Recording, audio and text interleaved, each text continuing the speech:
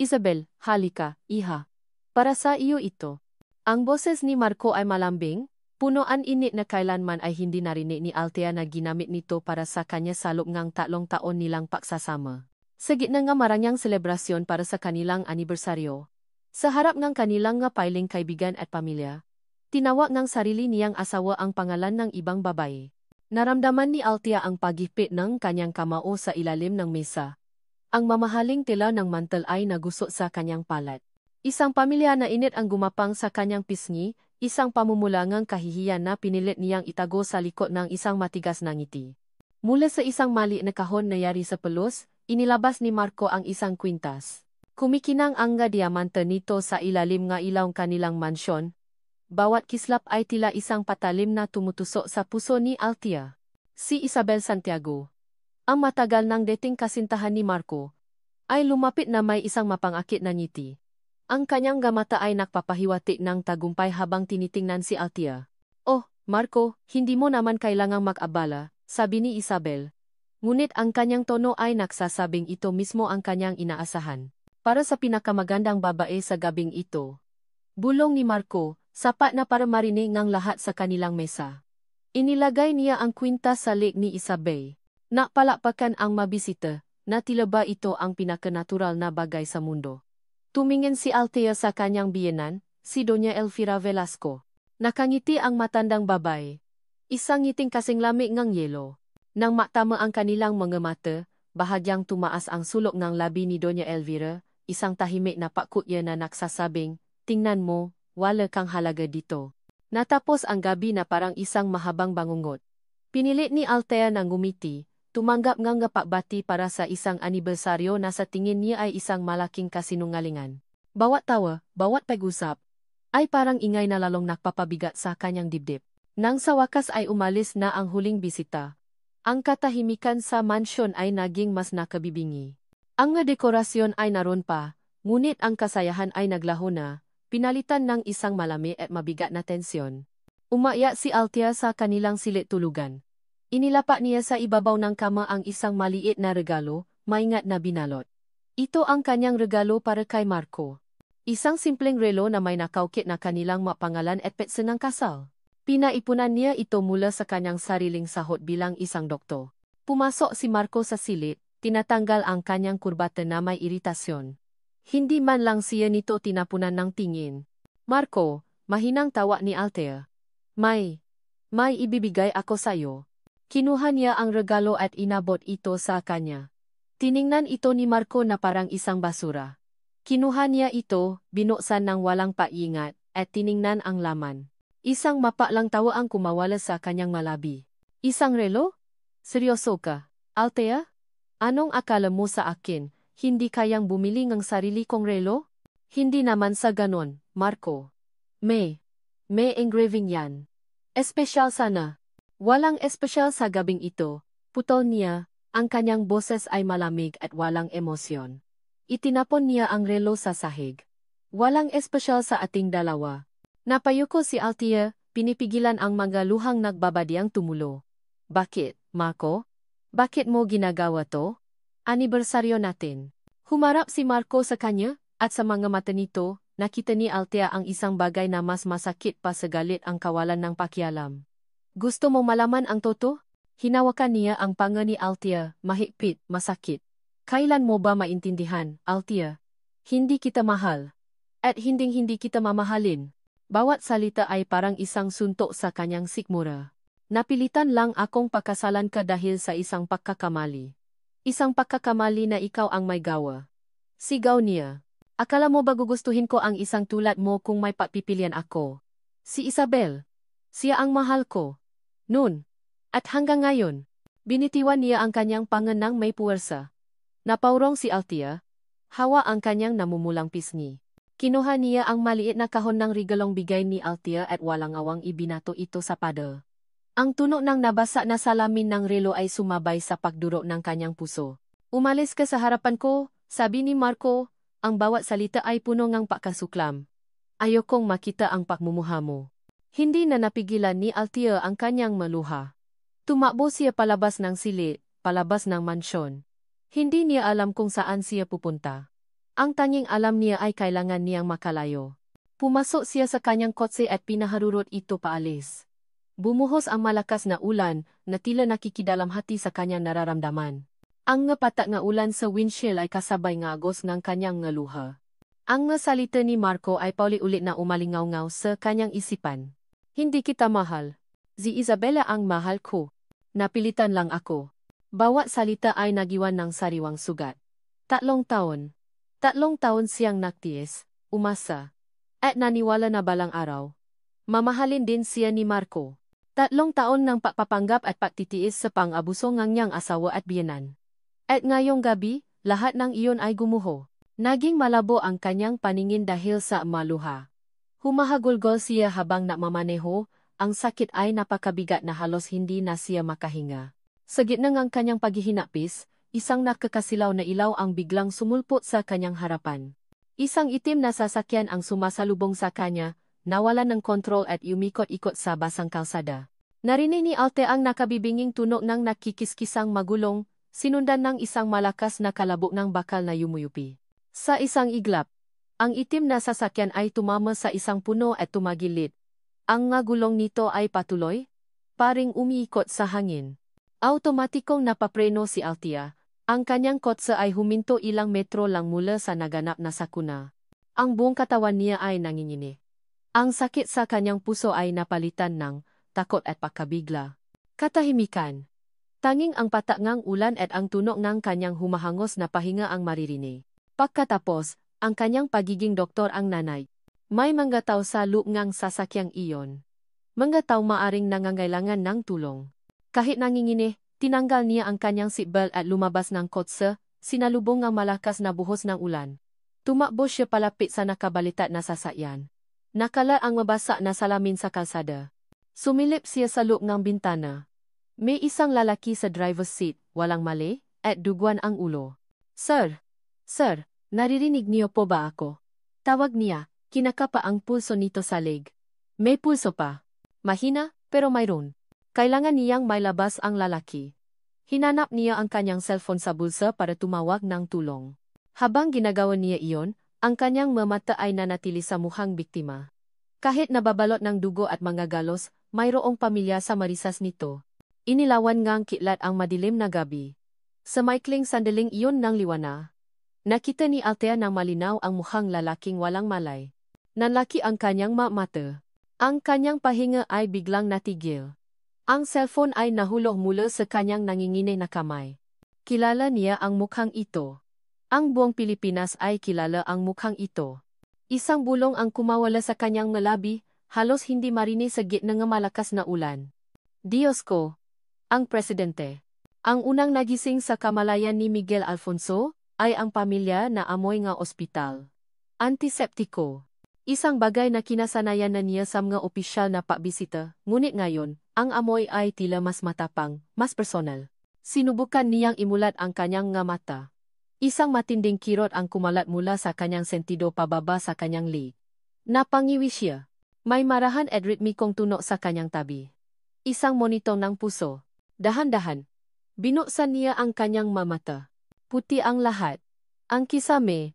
Ang ngadingding. Ang kumot na nakatalubong sa kanya.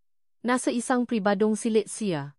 Sinubukan niyang bumangon, ngunit isang kamay ang marahang pumigil sa kanyang balikat. Sir, dahan-dahan lang po. Ang boses na iyon. Si David. Ang pinuno ng kanyang Presidential Security Group. Ang kanyang pinakakatiwalaang tao. David. Hirap na sabi ni Miguel, ang kanyang lalamunan ay tuyo. Anong nangyari? Nagkaroon po kayong aksidente, Mr. President, sagot ni David. Ang kanyang mukha ay seryoso, walang mababakas na emosyon maliban sa profesional na pag-alala. Isang sasakyan po ang bumangga sa inyo. Pero ligtas na po kayo ngayon. Mga pira-pirasong alaala ang bumalik kay Miguel. Ang biglaang pagliko ng manibela. Ang nakakasilaw na mailaw. Ang tunog ng nababasa na salamin. At pagkatapos, kadiliman. Pero mayroon pa. May isang bagay pa sa gitna ng kaguluhan. Isang boses. Isang malambot na boses ng isang babae na tumatawa sa kanya. Isang pares ng makamay na maingat na sumusuri sa kanyang pulso. Isang mukha na nababalot ng pag-aalala sa gitna ng malakas na ulan. Ang babae, sabi ni Miguel. May babaeng tumulong sa akin. Tumango si David. Opo, sir. Si Dr. Althea Reyes. Isa po siyang surgeon. Siya ang unang rumesponde sa inyo sa pinangyarihan ng aksidente. Kung hindi po dahil sa kanya, maaring mas malala ang nangyari. Dr. Althea Reyes. Ang pangalan ay umalingaw-ngaw sa isip ni Miguel. Siya ang may-ari ng boses na iyon, ng muhang iyon. Nasaan siya? Nakausap mo na ba siya? Tanong ni Miguel. Kailangan ko siyang pasalamatan. Nasa labas po siya, sir. Ayaw po niyang umalis hanggat hindi niya nalalaman na stable na ang kondisyon ninyo, paliwanag ni David. At tungkol po sa pasasalamat, Mr. President, kami po ang dapat na magpasalamat sa kanya. Mula kagabi, tinanggihan niya ang lahat ng interview mula sa media. Sinabi niyang ang privacy ng kanyang pasyente ang pinakamahalaga. Dahil sa kanya, nakontrol po namin ang balita.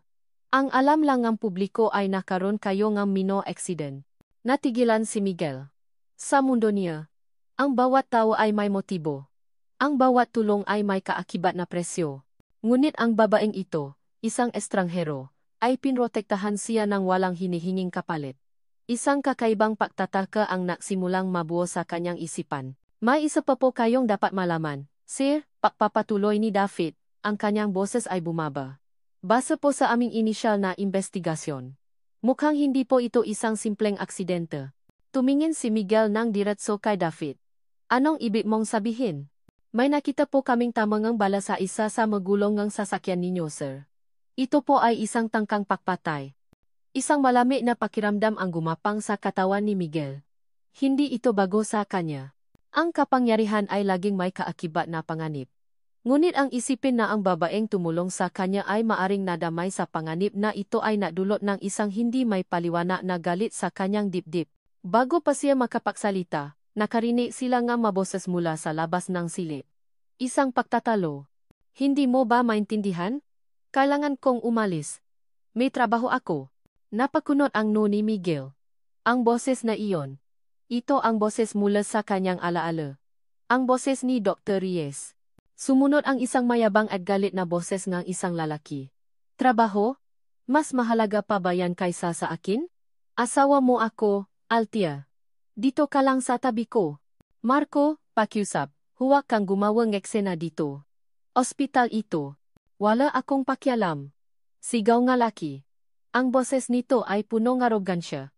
Sino ka para utusan ako? Asawa lang kita. Asawa lang kita. Ang nga salitang iyon ay tumama kay Miguel na parang isang sampal. Naramdaman niya ang pag-ikting ng kanyang panga. Ang babaeng nagligtas sa kanyang buhay, ang babaeng may sapat na dangal upang protektahan ang kanyang pangalan, ay tinatrato na parang isang pag-ari. Sa isang iglap, nawala ang lahat ng sakit na nararamdaman niya. Napalitan ito ng isang matinding determinasyon. Tinanggal niya ang kumot at sinubukang tumayo. Sir, hindi pa po kayo pwedeng tumayo. Mabilis na sabi ni David. Hindi pinansin ni Miguel ang babala. Hinila niya ang dextrose-10 na nakakabit sa kanyang kamay at nagsimulang maglakad patungo sa pinto. Bawat hakbang ay may bigat ng kanyang posisyon at ng kanyang galit. Sa labas, narinig niya ang pagtaas ng boses ng lalaki. Sinundan ng isang mahinang tunog ang pakabigla mula kay Althea. Binuksan ni Miguel ang pinto. Ang kanyang nakita ay nakpatigas sa kanyang mga mata. Si Dr. Althea Reyes ay nakasandal sa pada, ang muha ay namumutla. Sa harapan niya, nakatayo ang isang lalaking mayabang. Ang kamay nito ay nakaamba sa hangin. Handa ng manampal. Si Althea, ang kanyang tagapagligtas. Mukha siyang maliit at walang kalaban-laban sa harap ng lalaking ito. Walang sinayang na sandali si Miguel.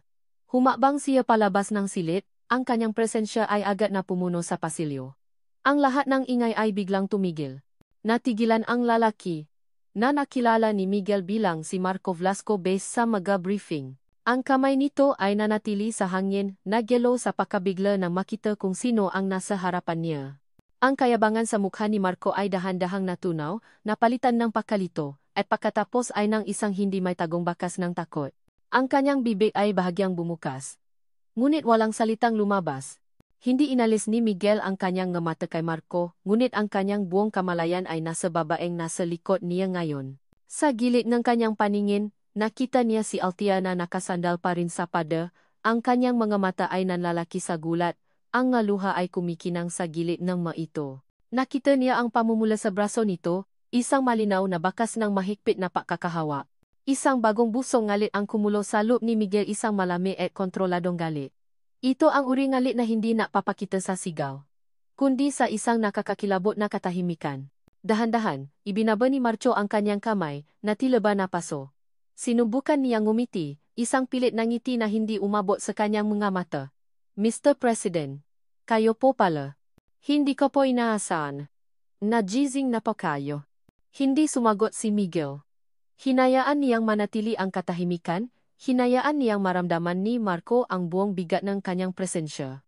Sa likod ni Miguel, lumitaw si David at ang dalawa pang miyembro ng PSG, ang kanilang nga postura ay alerto at handang kumilos anumang oras.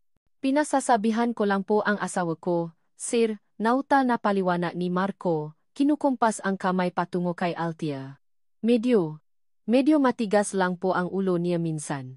Ang paggamit ni Marco ngang salitang asawa ko ay tila lalong nagpatindi sa lamit sa mga mata ni Miguel. Tumingin siya mula sa namumulang braso ni Althea pabalik sa mga mata ni Marco. Sa wakas, nagsalita si Miguel. Ang kanyang boses ay hindi malakas, ngunit ito ay puno ng awtoridad na kayang magpatigil sa isang buong silid at ngayon, sa isang buong pasilyo ng ospital. Ang bawat salita ay mabigat at may kahulugan. Ginoong Velasco, simula niya, ang formal na patawag ay tila isang babala. Sa tingin ko ay sapat na yan. Namilaw ang mga mata ni Marco, tila hindi makapaniwala sa narinig. Ang takot ay napalitan ng inis, pero, Mr. President, asawa ko po siya. May karapatan po ako. Ang karapatan mo ay natatapos kung saan nagsisimula ang pag-abuso sa kanya, putol ni Miguel, ang kanyang boses ay nanatiling kalmado ngunit may talim. Hindi niya inalis ang kanyang tingin kay Marco. Isang tingin na nagsasabing tapos na ang usapan. Pagkatapos, bahagya niyang iginalaw ang kanyang ulo patungo sa kanyang security chief. David. Isang salita lamang iyon, ngunit sapat na. Agad na humakbang si David, ang kanyang mukha ay kasing tigas ang bato. Dalawa pang unipormadong PSG ang sumunod sa kanya, pumapalibot kay Marco. Ang kanilang presensya ay hindi na isang pakiusap, kundi isang utos. Ginoong Velasco, mangyari po lamang na sumama kayo sa amin, sabi ni David. Ang paggamit ng po ay isang formalidad lamang, ang tono ay hindi na iwan ng lugar para sa pagtanggi. Tumingin si Marco mula kay David patungo sa mga gwardiya, at pabalik kay Miguel. Walang sinuman sa kanila ang kumurap. Ang pasilyo ay tila lumiit, at ang hangin ay naging mabigat. Ang kulay sa kanyang mukha ay nagbago mula sa pulang galit tungo sa pulang pakatalo at kahihiyan. Naglabas siya ngang isang huling, punong gamanda na tingin kay Althea, isang tingin na nangangako ngang tibago siya walang imik na tumalikod at sumama sa mga gwardiya papalayo. Ang tunog ng kanilang mayapa ay unti-unting humina, hanggang sa ang tanging natira na lang ay ang nakabibinging katahimikan. Nang mawala na si Marco, saka lamang naramdaman ni Miguel ang pabalik ng kirot sa kanyang katawan. Huminga siya ng malalim, at dahan-dahang humarap sa babaeng nasa likod niya. Nakatayo pa rin si Althea kung saan niya ito iniwan, nakasandal sa pader na parabang iyon na lamang ang sumusuporta sa kanya. Ang maskara ng pagiging profesional na doktor ay tuluyan ng gumuho. Ang kanyang nga balikat ay nangingini. Isang butil na luha ang sa wakas ay pumata mula sa kanyang mata at dumaloy sa kanyang pisngi. Ang imahan niya isang babaeng malakas at may kakayahang magligtas kang buhay, ngunit nayon ay mukhang napakaliit at basa ay nakdulok kang isang kakaibang kirot sa dibdib ni Miguel. Nilambot niya ang kanyang boses, tinanggal ang lahat ng bakas na awtoridad na ginamit niya kanina.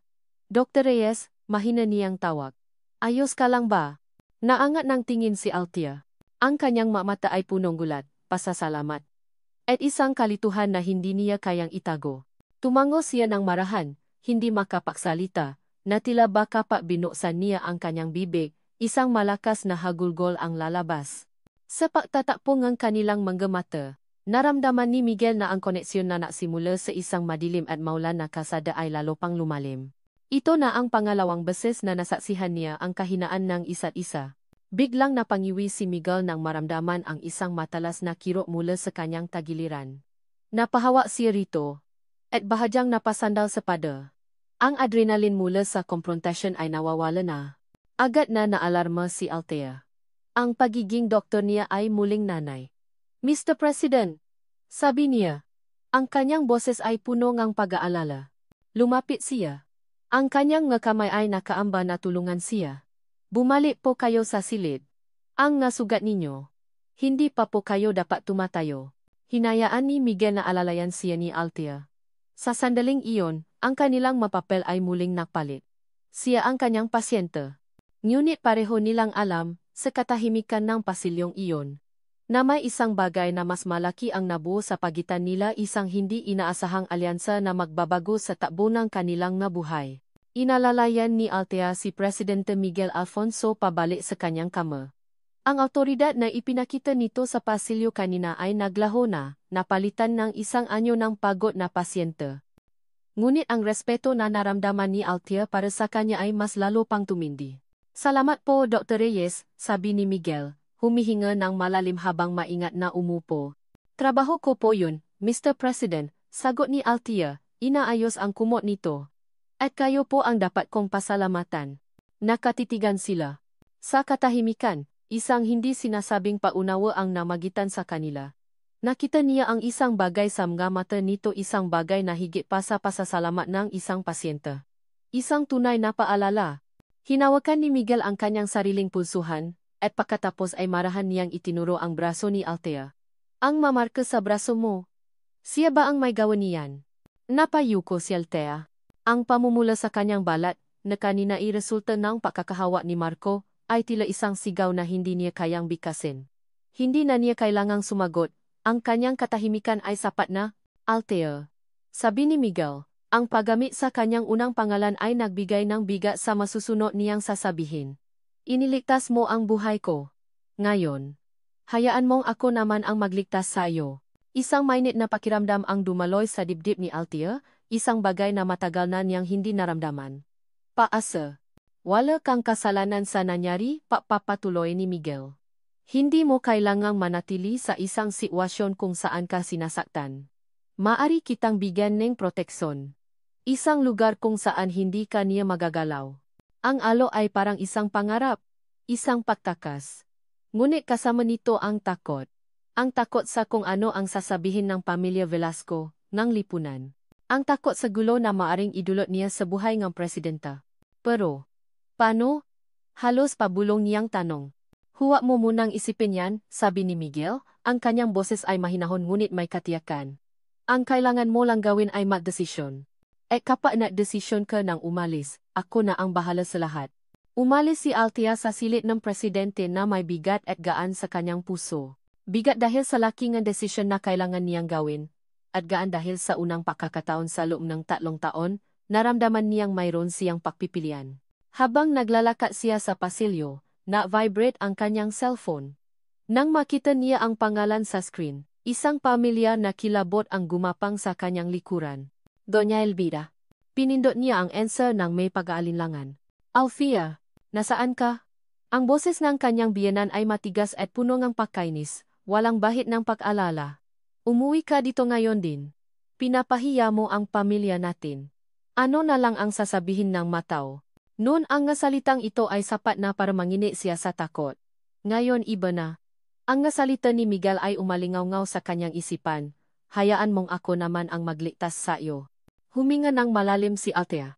Hindi po ako uwi. Isang sandaling katahimikan sa kabilang linya na sinundan ng isang sarkastikong tawa. Anong sabi mo? Huwag mong kalimutan kung kanino ka kasal. Althea. Huwag mong kalimutan kung saan ka nanggaling. Saan ako nanggaling? Tanong ni Althea sa kanyang sarili. Galing siya sa isang pamilyang nagmahal sa kanya, nagpalaki sa kanya ng may respeto. Hindi ito ang buhay na pinangarap niya.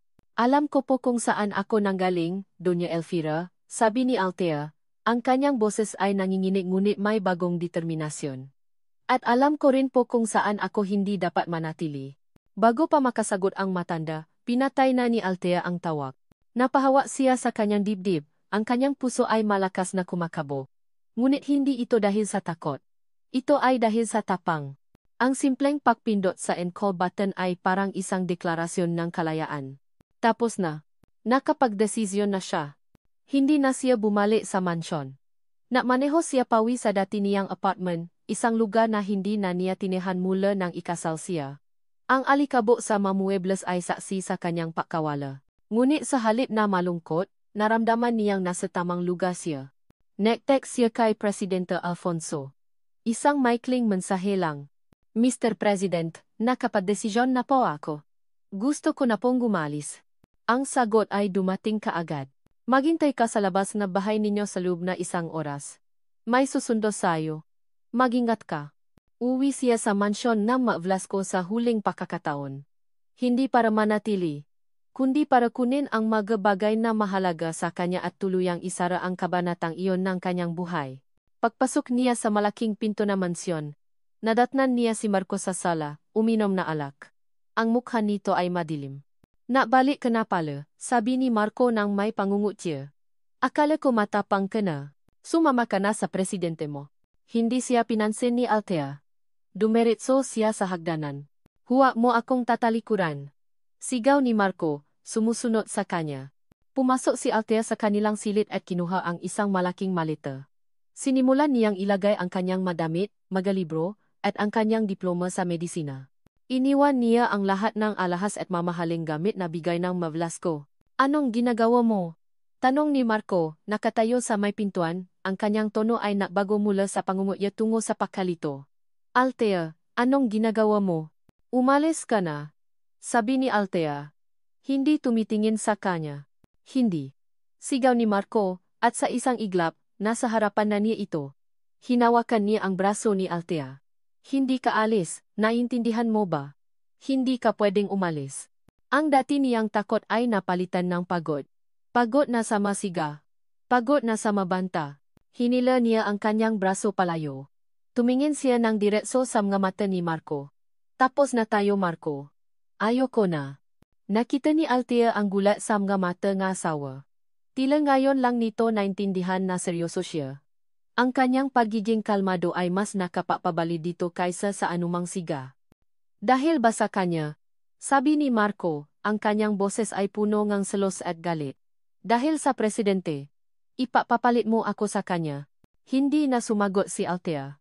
Isinara niya ang kanyang maleta. Ang tunog ng paizip nito ay parang isang pinal na hato. Hindi ka aalis. Umalingaw-ngaw ang sigaw ni Marco sa buong silid.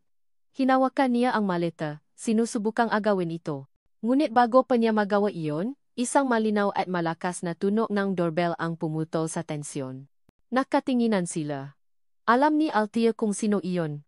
Hinila niya ang kanyang maleta at nasimulang maklakad pababa ng hagdanan. Sumunod si Marco, ang kanyang mukha ay puno ng hindi makapaniwalang galit.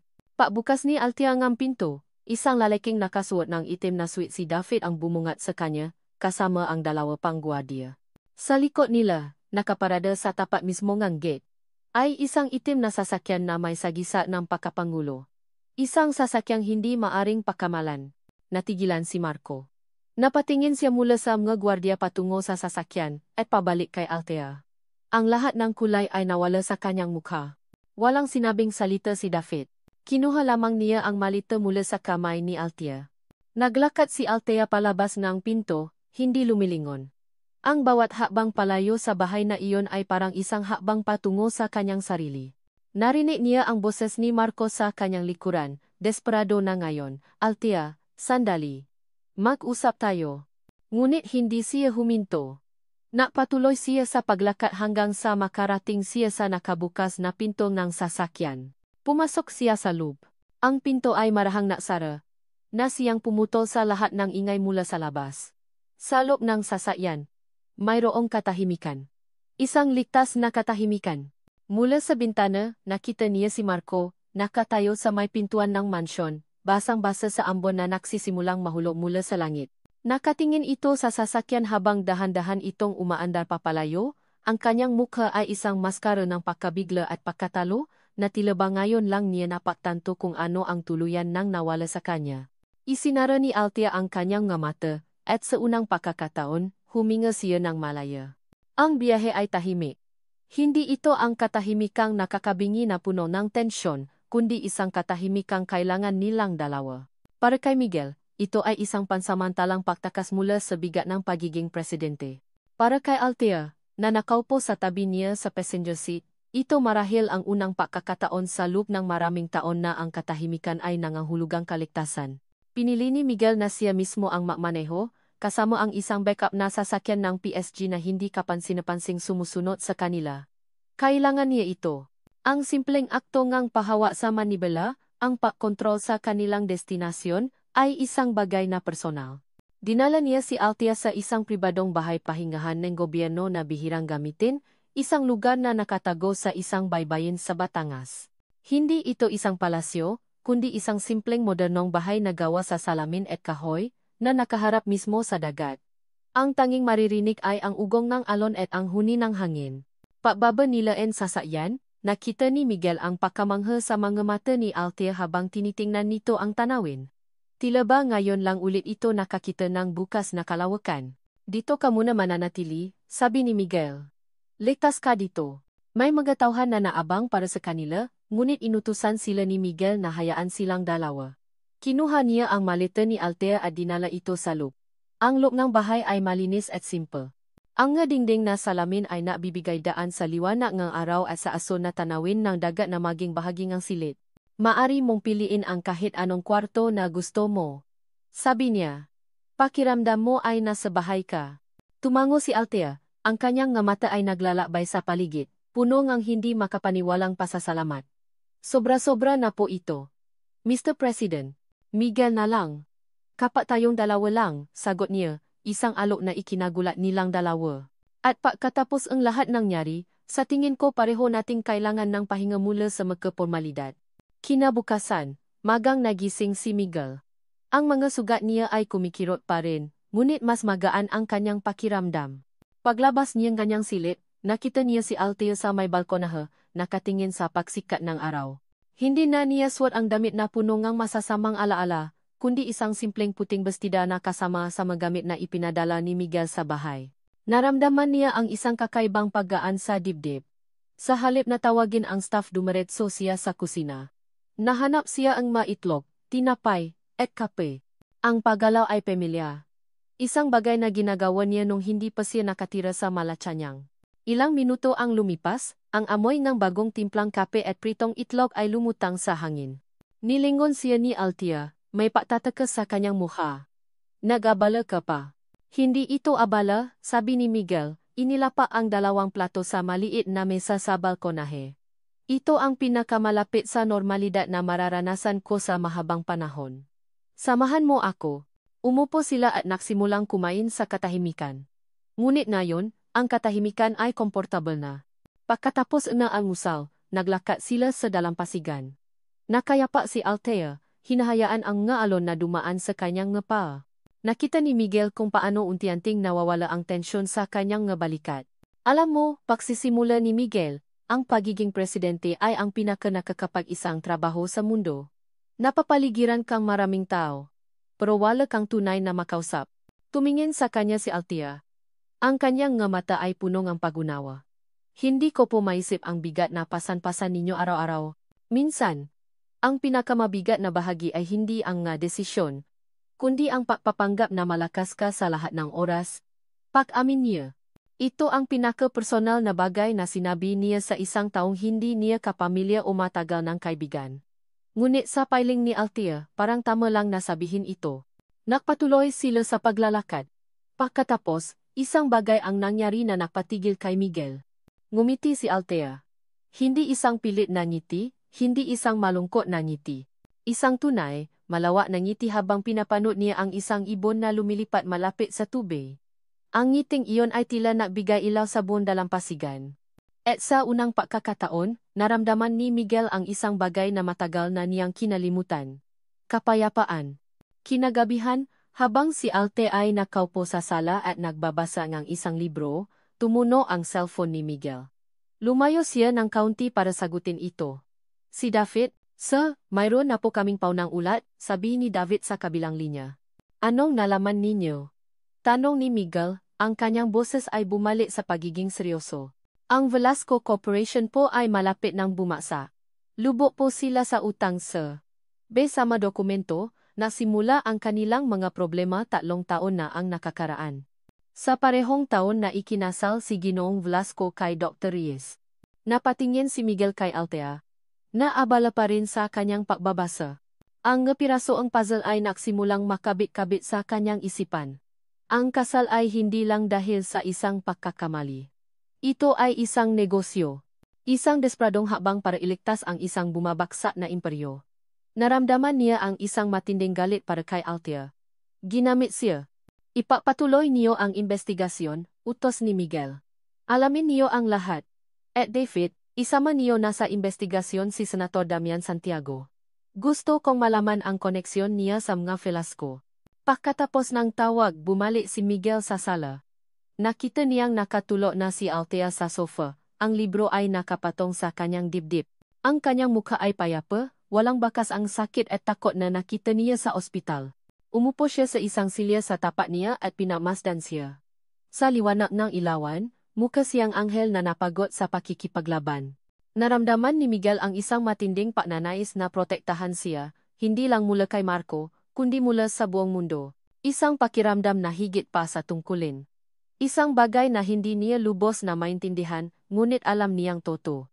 Habang pinakmamasdan niya si Althea, muling nag-vibrate ang kanyang cellphone. Si David uli. Ang pagtawag nito ng 2 beses sa loob ng 1 oras ay nangangahulugang mayroong importante. Sinagot niya ito nang may pag-iingat na hindi magising si Althea. Siya, sabi ni Devil. Ang kanyang boses sa pagkataong ito ay may halong pagkaapurahan at isang bagay na mas madilim. May natuklasan po kami tungkol sa aksidente. Natuwid din neupo si Miguel. Ano yun, David? Isang sandaling katahimikan ang namayani sa kabilang linya. Na tila ba nag-iipon ng lakas ng loob ang kanyang security chief para sabihin ang susunod na mga salita. Sir, may nakita po kaming tama ng bala sa isa sa mga gulungan sasakyan ninyo. Sinuri po namin ang CCTV sa lugar bago mangyari ang insidente. May isa pang sasakyan na humahabol sa inyo. Isang malamig na kuryente ang gumapang sa gulugot ni Miguel. Ang kanyang makamay ay ikinuyom niya. Hindi po ito aksidente, sir. Kinabukasan, nagising si Althea sa tunog ng alon. Sa isang sandali, nakalimutan niya kung nasaan siya. Walang mabigat na katahimikan ng mansyon, walang takot na baka may kumatok sa kanyang pinto para sigawan siya. Tanging kapayapaan lamang. Bumangon siya at nakita niya si Miguel na nakaupo sa balkonahe, nakatingin sa dagat. Ngunit iba ang anyo nito ngayon. Ang gaan at ngiti na nakita niya kahapon ay napalitan ng isang pamilyar na maskara ang seryosong mukha ng isang presidente na may pasan na problema. Naramdaman ni Althea na may nagbago. Good morning, pati niya. Lumalapit. Lumingon si Miguel. Ngumiti ito, ngunit hindi umabot sa kanyang mata. Good morning, Althea. Maupo ka. May kailangan tayong pag-usapan. Agad na kinabahan si Althea. Umupo siya sa silyang katapat nito. Ang almusal ay nakahay na sa mesa sa pagitan nila. Ngunit tila walang may ganang kumain. Hindi iyon isang ordinaryong aksidente. Althea. Diretsong sabi ni Miguel. Ang kanyang boses ay kalmado. Ngunit may bigat. Napatingin si Althea sa kanya, naguguluhan. Ano po ang ibig ninyong sabihin? Sa halip na sumagot, may kinuha si Miguel mula sa kanyang bulsa. Isang maliit na plastic bag na ginagamit para sa ebidensya. Inilapat niya ito sa mesa. Sa loob nito, may isang maliit na piraso ng tingga isang balang pipi at sirena. Nanlaki ang mga mata ni Althea. Bilang isang doktor na madalas makakita ng mga biktima ng karahasan, alam niya kung ano iyon. Natakpuan iyan sa isa sa magulong ng sasakyan ko, paliwanag ni Miguel. May humahabol sa amin. Sinadya nilang mawalan ako ng kontrol sa manibela. Isa itong tangkang papatay. Isang nakakabinging katahimikan ang namayani. Tanging ang ugong ng alon ang maririnig. Napatiti si Althea sa bala. Ang kapayapaan na naramdaman niya kanina ay biglang naglaho, na parang isang salamin na binasa. Ang gabing iyon ay bumalik sa kanya ng buong buo. Ang nakakasilaw na ilaw. Ang paikot ng sasakyan. Ang dugo. Hindi pala ito isang trahedya ng pagkakataon. Isa itong krimen. Isang maruming laro ng kapangyarihan. At siya ay napasok sa gitna nito. Isang malami na takot ang gumapang sa kanyang buong katawan. Diyos ko, bulong niya. Bigla siyang napatayo. Ang kanyang unang naisip ay hindi ang sarili niyang kaligtasan, kundi ang kaligtasan ng lalaking nasa harapan niya. Kailangan kong umalis, sabi niya, ang kanyang boses ay nangingini. Miguel, delikado ito. Paano kung dahil sa akin? Paano kung malaman nila na kasama mo ako? Baka mapahamak ka dahil sa akin. Tumayo rin si Miguel at hinawakan ang kanyang kamay. Ang kanyang pagkakahawa ay marahan ngunit matata. Althea, tumingin ka sa akin. Nag-angat siya ngang tingin. Ang kanyang nga mata ay puno ngang luha at takot. Nangyari ito bago ka pa man dumating sa eksena. Ang panganib ay naroon na. Hindi mo ito kasalanan, sabi niya. At hindi kita hahayaang umalis. Hindi sa ganitong sitwasyon. Pero, makasama tayo dito. Althea, sabi ni Miguel. Ang kanyang boses ay puno ng katiyakan na nagbigay ng kaunting kalma sa kanyang nagwawalang puso. Nangako akong poprotektahan kita. At tinutupad ko ang mapangako ko. Samantala, sa isang madilim na bar sa Maynila, si Marco Flasco ay uminom maisa. Ang kanyang cellphone ay kanina patuno ng tuno, ngunit hindi niya ito pinapansin. Galit siya. Galit sa mundo. Galit kay Althea. At higit sa lahat, galit sa sarili dahil sa naramdaman niyang kahihiyan sa ospital. Mukhang malalim ang iniisip mo, darling. Dumating si Isabel Santiago. Umupo sa tabi niya na parang isang ahas na gumagapang. Inagaw niya ang baso ni Marco at ininuman ito. Huwag mo akong kausapin, sabi ni Marco. Oh, huwag kang maalala, sabi ni Isabelle. Isang mapanuyang ngiti ang gumuhit sa kanyang ngalabi. Hindi ako ang kawe mo dito. Sa katunayan, narito ako para tumulong. Inilabas niya ang kanyang cellphone at ipinakita kay Marco ang isang litrato, isang satellite image ng isang bahay sa tabi ng dagat. Kilala ko ang lugar na yan. Isa yan sa mapribadong safe house ng presidente. At hulaan mo kung sino ang dinala niya doon. Nagangat ng tingin si Marco. Ang kanyang mga mata ay nagapoy sa selos. Gusto mo bang bawiin ang asawa mo? Tanong ni Isabel, ang kanyang boses ay parang isang bulong ng demonyo. Go get your wife, darling. Ipakita mo sa kanya at sa presidente kung sino ang tunay na nagmamay-ari sa kanya. Ibinigay niya kay Marco ang address. Ang kapayapaan sa bahay pahingahan ay biglang nasira ng isang malakas at galit na sigaw mula sa labas ng gate. Althea, lumabas ka diyan. Napatalon sa gulat si Althea. Kilala niya ang boses na iyon. Ang boses na nadulo sa kanya ang takot sa luma 3 taon. Si Marco. Agad na tumayo si Miguel. Sa isang iglap, siya na ulit ang presidente. Manatili ka sa loob, utos niya kay Althea. Lumabas siya. Kasunod ang nga miyembro ng PSG na mabilis na pumunta sa kanilang nga pwesto. Nakita ni Althea mula sa bintanang salamin kung paano sinisipa at sinusuntok ni Marco ang bakal na gate. Althea, alam kong nandiyan ka. Buksan mo to. Uwi ka sa akin. Ginong Velasco. Umalis na po kayo kung ayaw niyong masaktan? Babala ng isang gwardiya. Ngunit si Marco ay parang isang hayop na nasugatan. Wala sa tamang pag-isip. Sa hindi malamang dahilan, nagawang sirain ng lasing na si Marco ang lock ng gate. Pumasok siya, ang kanyang mukha ay puno ng galit, dire-diretsong naglalakad patungo sa bahay. Pinigilan siya ng gwardiya. Ngunit napupumiglas siya.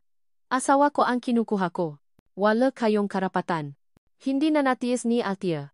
Lumabas siya ng pinto. Marco, tumigil ka na. Nang makita siya ni Marco, lalong naapoy ang galit nito. Ayan ka lang pala. Halika dito. Uwi na tayo. Sinubukan niyang lumapit, ngunit hinarangan siya ng gagwardiya. Sa gitna ng kaguluhan, napumiglas si Marco at nakawala. Mabilis siyang tumakbo patungo kay Althea at hinawakan ang braso nito ng mahigpit. Uwi ka sa akin. Napasigaw si Althea sa sakit at takot. Ngunit bago pa man siya mahila ni Marco, isang anino ang mabilis na dumaan sa kanyang harapan. Si Miguel. Tumayo si Miguel sa pagitan nila, hinaharangan si Althea.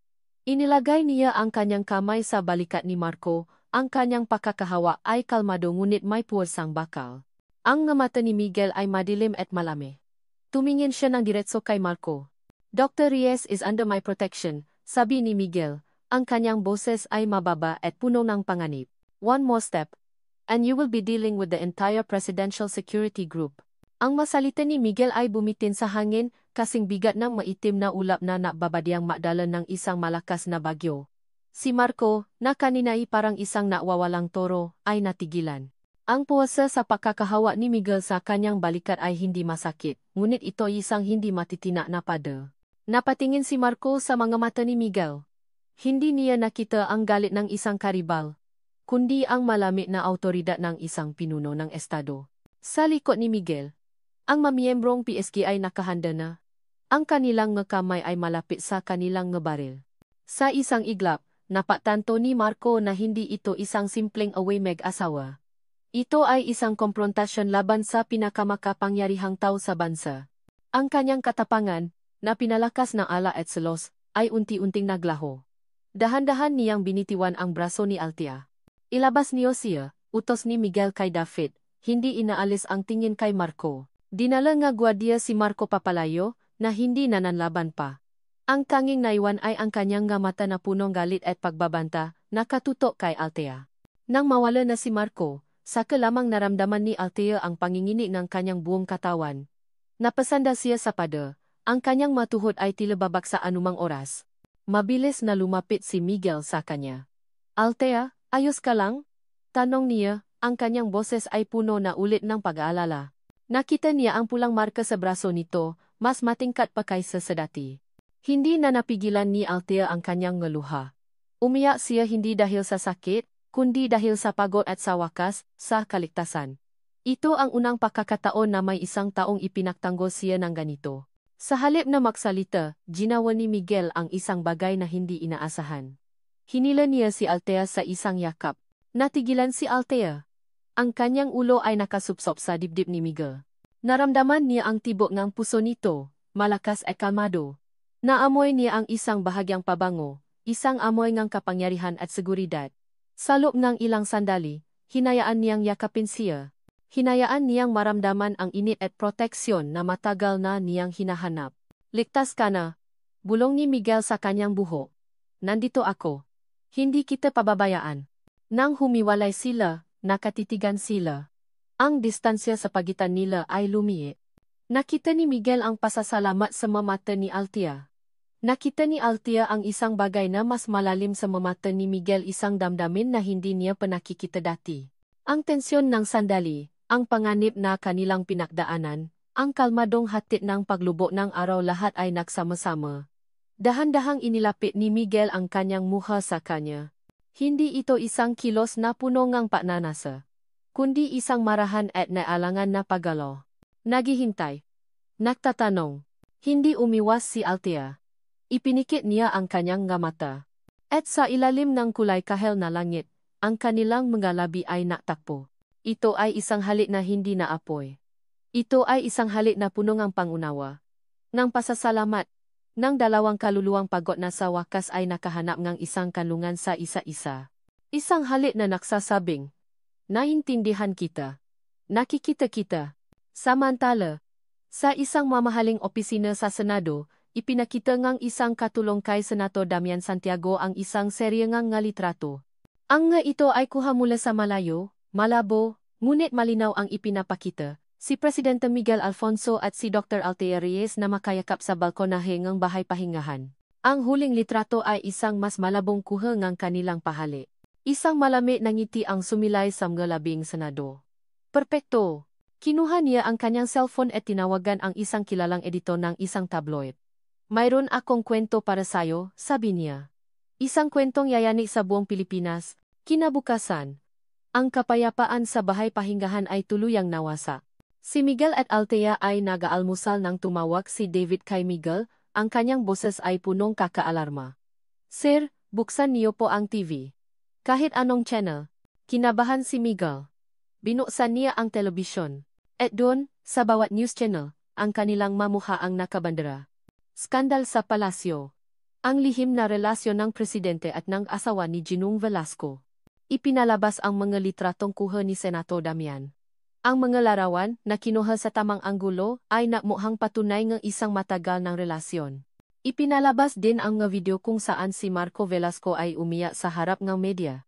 Sinira niya ang pamilya namin. Sabi ni Marco. ang kanyang maluha ay mukhang tutu. Matagal na silang may relasyon. Ginawa ngang asawa ko ang lahat para makipaghiwalay sa akin para lang makasama ang presidente. Sinira ngang presidente ang buhay ko. Napatayo si Althea, ang kanyang makamay ay nangingini habang nakatakip sa kanyang bibig. Ang kwento ay binaluktot. Siya ang ginawang kontrabida. Ang biktima ay naging salarin. Ang cellphone ni Miguel ay sunod-sunod na tumuno. Magatawa mula sa kanyang mga gabinete. Sa mga senador. Sa mga pinuno ng militar. Ang buong bansa ay nagalab. Tumingin si Althea kay Miguel. Ang mukha nito ay kalmado pa rin, ngunit nakita niya ang bigat ng mundo sa mabalikat nito. Ang kanyang karera, ang kanyang pagkapangulo, ang lahat ng kanyang pinahirapan, ay nasa bingit ng pakbaksak. At lahat na ito, dahil sa kanya. Miguel. Sabi niya, ang kanyang boses ay basak. Patawarin mo ako. Umiling si Miguel. Hindi mo ito kasalanan, Althea. Ito ay isang glaro. Isang maruming glaro negi politika. Ngunit habang tinitingnan ni Althea ang screen ng TV, kung saan ang kanyang pangalan ay dinudungisan at ang lalaking nagligtas sa kanya ay tinatawa na mang-agaw, naramdaman niya ang isang nakakabinging bigat ng pagkakasala. Ang halik na nagbigay sa kanya ng pag-asa kagabi ay ngayon ang naging sandata na sisira sa kanila. Ang mundo ni Althea ay gumuho sa isang iglap. Ang bahay pahinggahan na naging kanlungan niya ay biglang naging isang kulungan. Ang dingding na salamin na dati napapakita ngang magandang tanawin ay ngayon ay tilam nga matangang buong mundo na nakatitik sa kanya, humuhusga. Hindi niya maalis ang kanyang tingin sa telebisyon. Sa bawat channel, ang kanyang mukha ay nakapaskil sa tabi ngang kay Miguel. Sa ilalim ngang nga salitang iskandalo, pagtataksil, imoralidad. Ang halik na naganap sa pagitan nila, na para sa kanya ay isang sagradong sandalingang pag-asa, ay ngayon ay ginawang isang marumi at malaswang palabas para sa buong bayan. Kinuha niya ang kanyang cellphone. Sa isang pagkakamali, binuksan niya ang social media.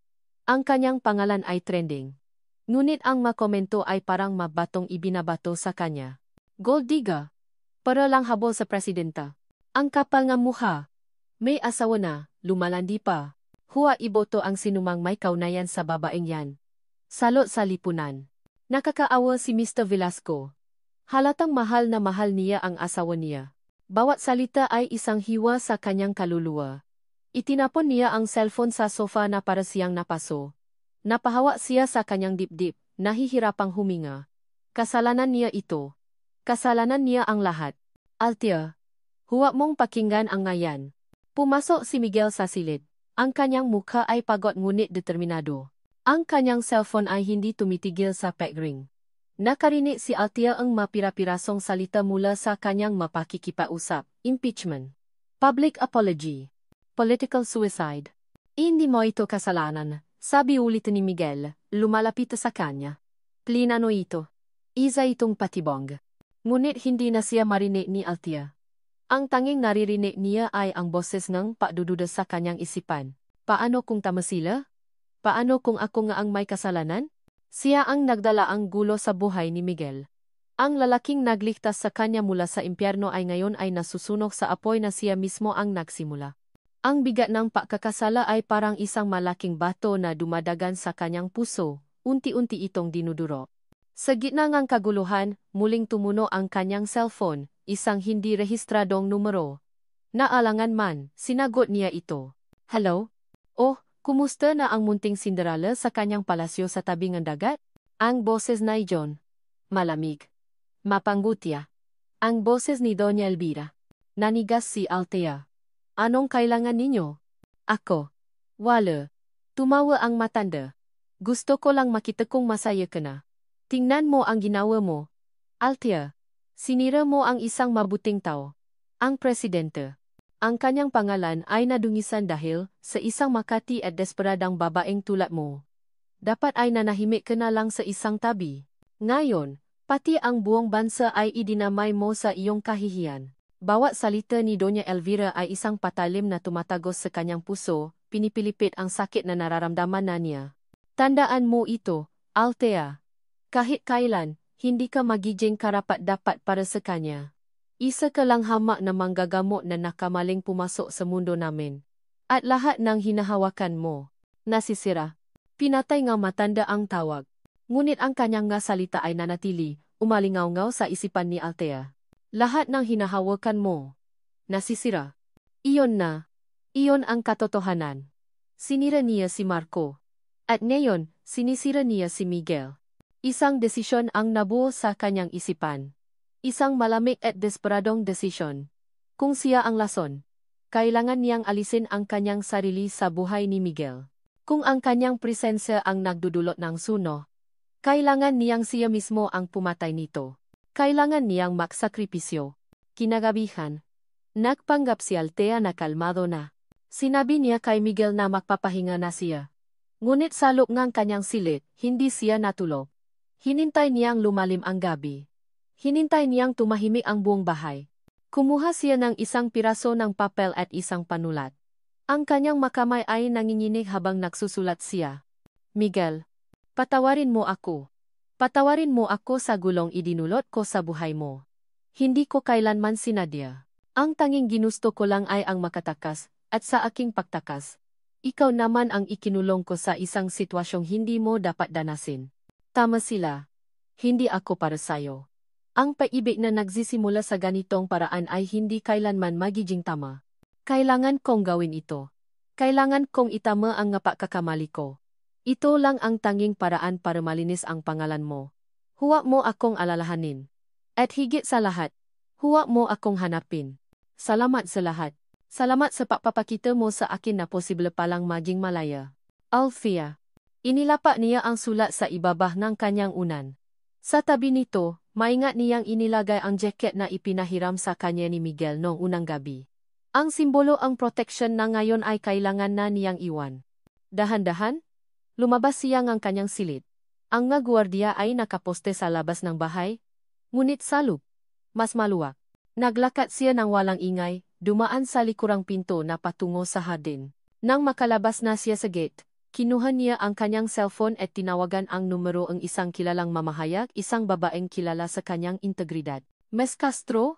Si Dr. Althea Reyes po ito, sabi niya. Ang kanyang boses ay mahina ngunit desidido.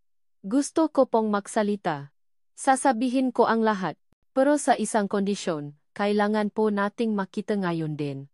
Sa isang lugar na walang makakaalam. Pumaya ang mamamahayag. Ibinigay nito ang address ng isang maliit at tahimik na coffee shop sa Tagaytay. Naglakad si Althea sa madilim na kalsada hanggang sa makahanap siya ng taksi. Habang nasa loob ng sasakyan, nakatingin lang siya sa labas ng bintana, ang kanyang mukha ay walang emosyon. Siya ay isang bilanggo na papunta sa kanyang sariling pagbitay.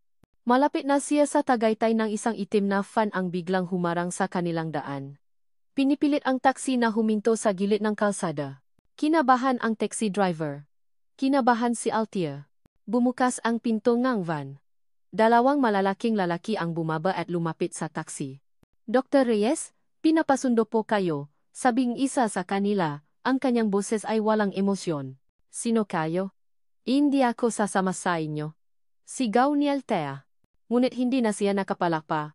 Binuksan nila ang pinto ng taksi at pilit siyang kinalatkat palabas. Sandali.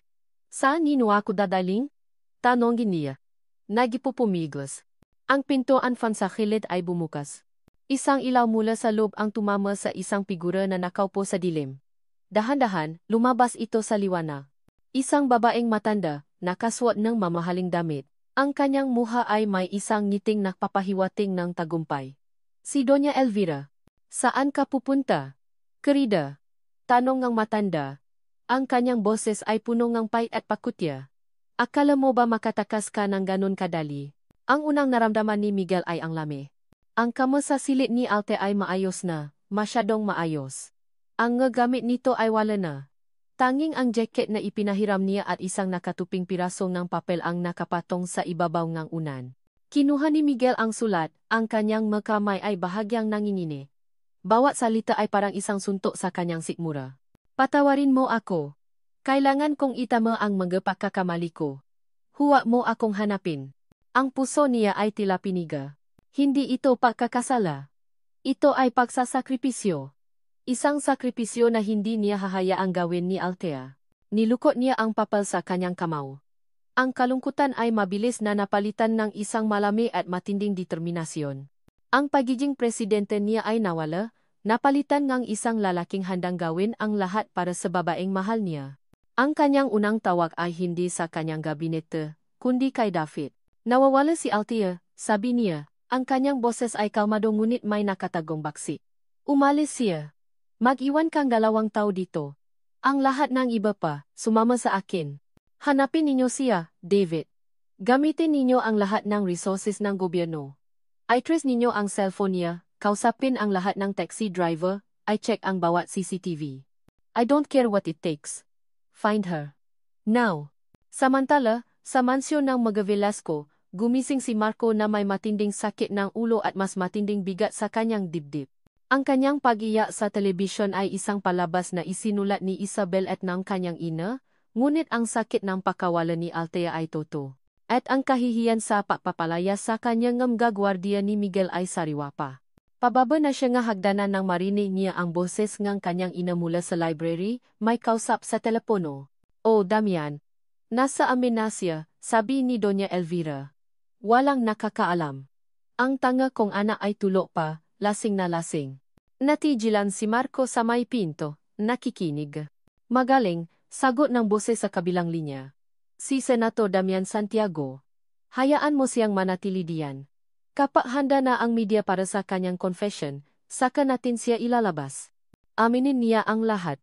Na siya ang nangakit sa presidente. Na siya ang may kasalanan. Malilinis ang pangalan ng anak mo. At babaksa si Miguel. At ang kasunduan natin. Tanong ni Doña Elvira. Ang tulong pinansyal para sa kumpanya. Huwag kang mag-alala, Elvira, tumawa ang senador. Kapag ako na ang susunod na presidente, ang maliit na utang ng Velasco Corporation ay magiging isang alaala na lang.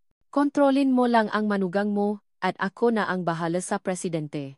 Napatakip si Marco sa kanyang bibig para pigilan ang anumang ingay na maaring lumabas.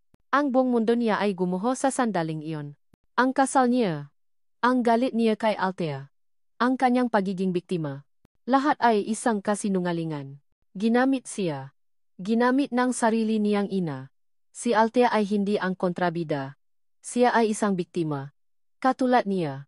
Ngunit siya. Si Marco, ang naging instrumento ng kanilang pagpapahirap.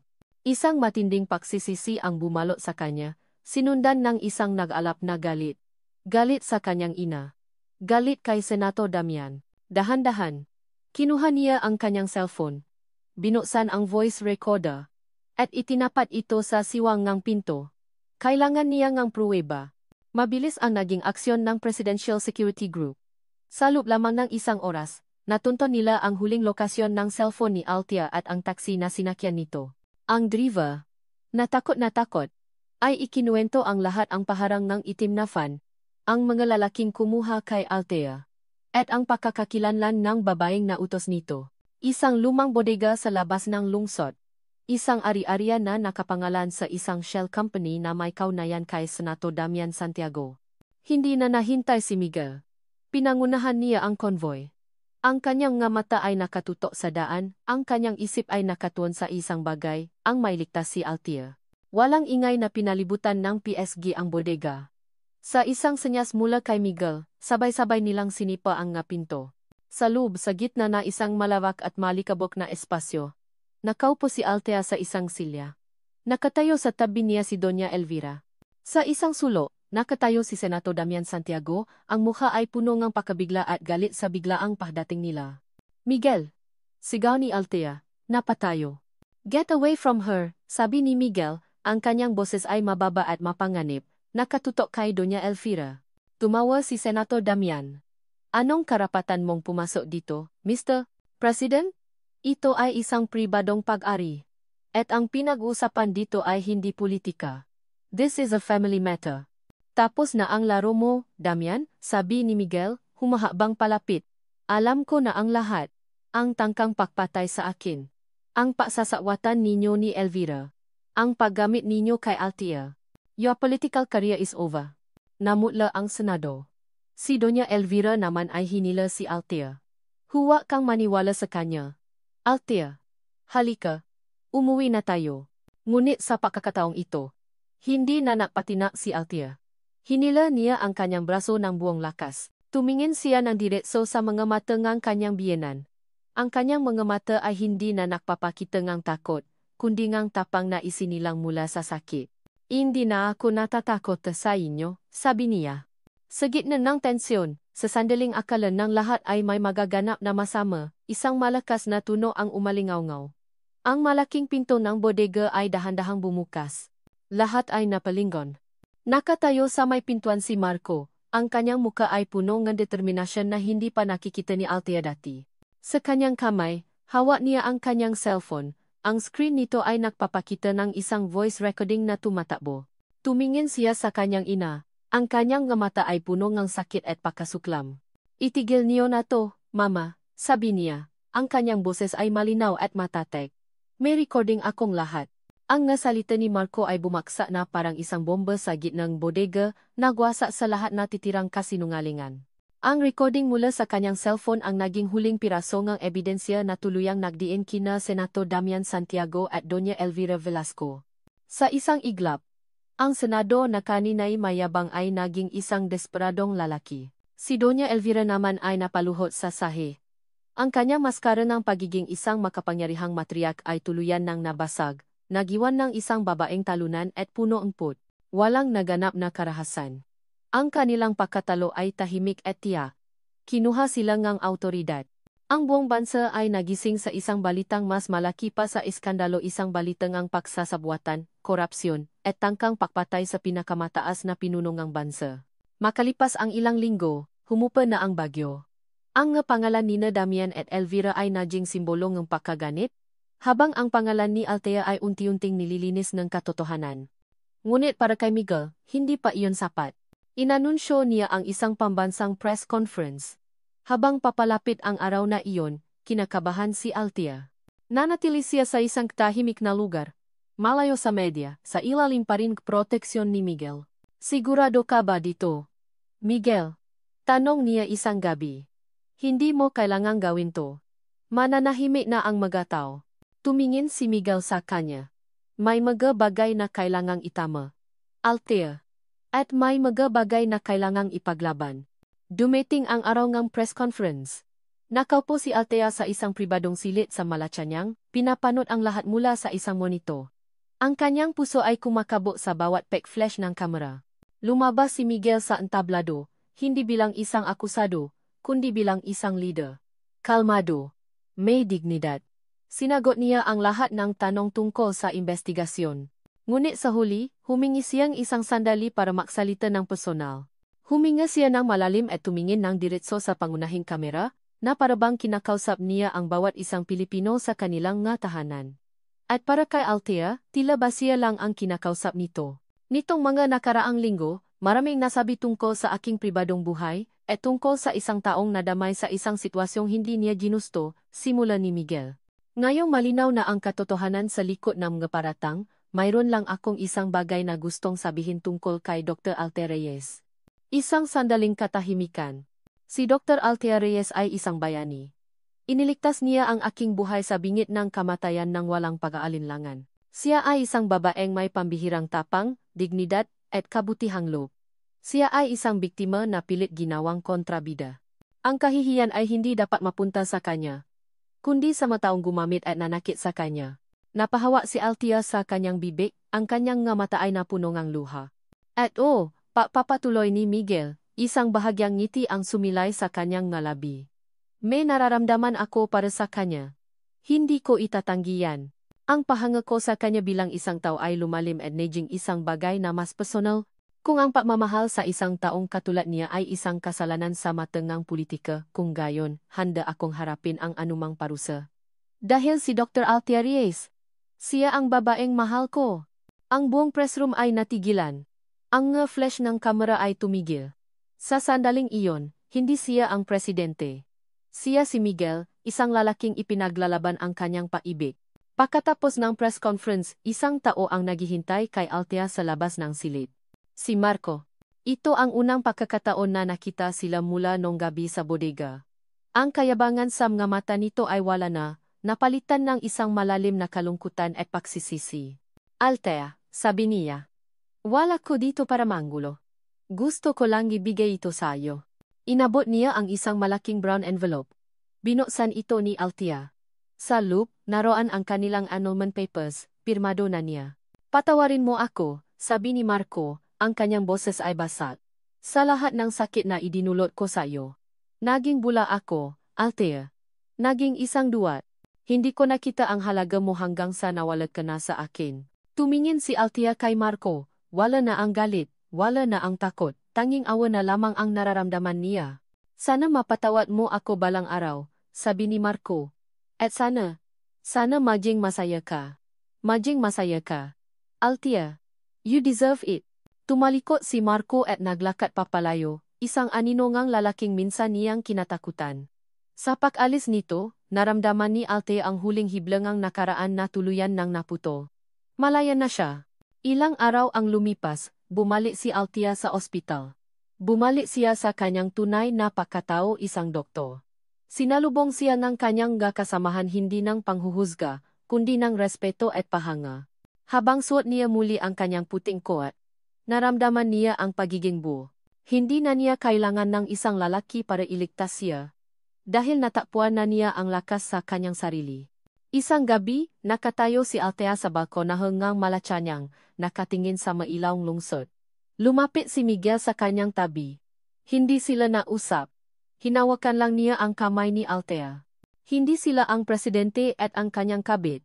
Hindi sila ang tagapagligtas at ang iniligtas. Sila ay si Miguel at si Althea. 2 taong sinubok ng tadhana, sinaktan ng kasinungalingan, ngunit sa huli ay pinagbuklod ng isang pag-ibig na nagpapalaya. Handa ka na ba? Tanong ni Miguel, pinipisil ang kanyang kamay. Tumingin si Althea sa kanya, isang ngiti na puno ng paasa at pagmamahal ang gumuhit sa kanyang ngalabi. Handang-handa na. Hinawakan ni Miguel ang kanyang pisngi, ang kanyang hilalaki ay marahang humaplos dito. Ang kanyang mata ay sumasalamin sa mailaw ng lungsod. Ngunit ang tanging nakikita niya ay si Althea. Handa na sa mga kamera? Mahina niyang tanong. Sa mga kritiko. Sa buhay sa loob ng palasyong ito. Umiling si Althea, ang kanyang ngiti ay hindi nawala. Handa na akong harapin ang lahat ng yan. Kasama ka. Inilagay niya ang kanyang kamay sa ibabaw ng kamay ni Miguel na nasa kanyang pisngi. Pero higit sa lahat, Miguel. Handa na akong maging ako. Si Dr. Althea Reyes na hindi na biktima. Isang babaeng buo na nagmamahal sa isang lalaking nakikita siya. Hindi lang bilang presidente, kundi bilang si Miguel. Isang damdamin na mas malalim pa sa pahanga ang bumalot kay Miguel. Sa babaeng nasa harapan niya, nakita niya ang kahulugan ng tunay na lakas. At dun, sa ilalim ng mabituin at sa harap ng buong nila, muli silang nahalikan. Hindi ito ang halik ng pasasalamat o ng desperasyon. Ito ay halik ng isang pangako. Isang halik na nasasabing tayo na. Isang halik na simula ng lahat. Nang humiwalay ang kanilang magalabi, nanatili silang makalapit, ang kanilang magano ay makadikit. Ang hangin ng gabi ay malami, ngunit ang init sa pagitan nila ay sapat na para sa kanila. Ang babaeng nagligtas sa akin. Bulong ni Miguel. Ang kanyang boses ay puno ng pahanga at pagmamahal. Ngumiti si Althea, isang tunay na ngiti na namumula sa kanyang kaluluwa. At ang lalaking napalaya sa akin. Naalala ni Althea ang dati niyang buhay, ang malamig na mansyon. Ang magabing puno ng luha. Ang pakiramdam na siya'y isang palamuti lamang na maaring basagin anumang oras. Naalala niya ang takot, ang kawalan ng paasa, ang paniniwalang hindi na siya muling magiging buo. Ngunit ngayon, sa yakap ni Miguel, sa ilalim ng parehong magabituin, napatanto niya ang isang malaking katotohanan. Natakpuan niya ang kanyang sarili bago niya natakpuan ang paibig. At sa paghahanap sa kanyang halaga, dumating ang isang pag-ibig na karapat-dapat para sa kanya. Hindi na siya ang babaeng naghihintay na iligtas o ang babaeng naghahanap ng pagpapatunay mula sa iba. Siya si Althea, buo at malaya. Humiwalay siya ng bahagya sa yakap para tingnan ang mukha ni Miguel. Ang mata nito ay puno ng pagmamahal na hindi mapakunwari, isang pagmamahal na hindi nahahangat na umangkin, kundi naalok na makasama. Iniisip ko, mahinang sabi ni Althea, ang unang araw ko pabalik sa ospital. May isang pasyente, isang batang babae, na natatakot sa kanyang operasyon. Kinwentuhan ko siya, hindi bilang asawa ni Marco Velasco o bilang babaeng iniunay sa presidente. Kinwentuhan ko siya bilang si Dr. Reyes. Hinaplos niya ang pisngi ni Miguel. At sa sandaling iyon, alam kong ayos na ako. Ano man ang mangyari sa atin, Miguel, buo na ulit ako. At iyon ay isang regalong walang sinuman ang makakabawi sa akin. Isang malalim na pahanga ang gumuhit sa mukha ni Miguel. Ito ang babaeng minahal niya, hindi lang ang kagandahan, kundi ang kaluluwa nitong kasing tibay ng bakal na dumaan sa apoy. Kung gayon, sabi ni Miguel, ang kanyang boses ay may halong saya at isang seryosong tanong. May hihilingin sana ako kay Dr. Reyes. Ano yun? Nakanjiting tanong ni Althea. Payak ka bang maging partner ko? Hindi lang bilang unang ginanggang bansang ito, sabi ni Miguel. Hinawakan ang dalawang kamay ni Althea, kundi bilang katuwang sa pagbuongang isang kinabukasan kung saan ang bawat babay ay may lakas ng loob na hanapin ang sarili nilang kalayaan. Ang waluha na ngayon ay dumaloy sa mga mata ni Althea ay hindi na luhang pihati, kundi luhang purong kaligayahan. Tumango siya. Oh, Miguel. Oh, at doon, sa balkonahe na saksi sa simula ng kanilang bagong kabanata, ang kanilang kwento ay tuluyan ng nabuo. Hindi ito kwento ng isang prinsesang nailigtas ng isang prinsipe.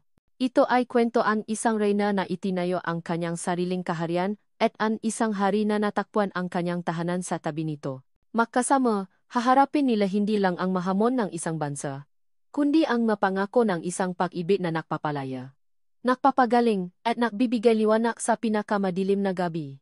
At dito nagtatapos ang kwento ni na Althea at Miguel. Mga minamahal naming tagapakinig, mula sa kaibuturan ng aming puso, maraming salamat sa inyong walang sawang pagsubaybay sa kwento ng pag-ibig at pagbangon ni na Althea at Miguel. Habang isinusulat namin ang bawat kabanata, naramdaman din namin ang kanilang sakit, ang kanilang pihati, at ang kanilang tagumpay. Ang paglalakbay ni Althea ay hindi lamang isang kwento ng pag-ibig, kundi isang paalala na ang tunay na pagmamahal ay nagsisimula sa pagmamahal sa sarili.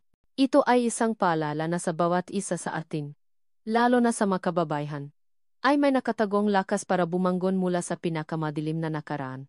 At higit sa lahat, na ang pagpapatawad hindi lang para sa iba, kundi para na rin sa ating sarili ang siyang susi sa tunay na kalayaan at kaligayahan. Nais naming marinig ang inyong salubin. Ano ang aral na inyong napulot? Aling bahagi ng kwento ang pinakatumagos sa inyong puso? Mangyaring iwanan ang inyong nga komento sa ibaba. Nasasabi kaming basahin ang bawat isa. Hanggang sa muli nating pagkikita sa susunod na kwento ng pag-ibig at paasa. Muli, ang aming taos-pusong pasasalamat. Nagmamahal. Kwentong Puso TV.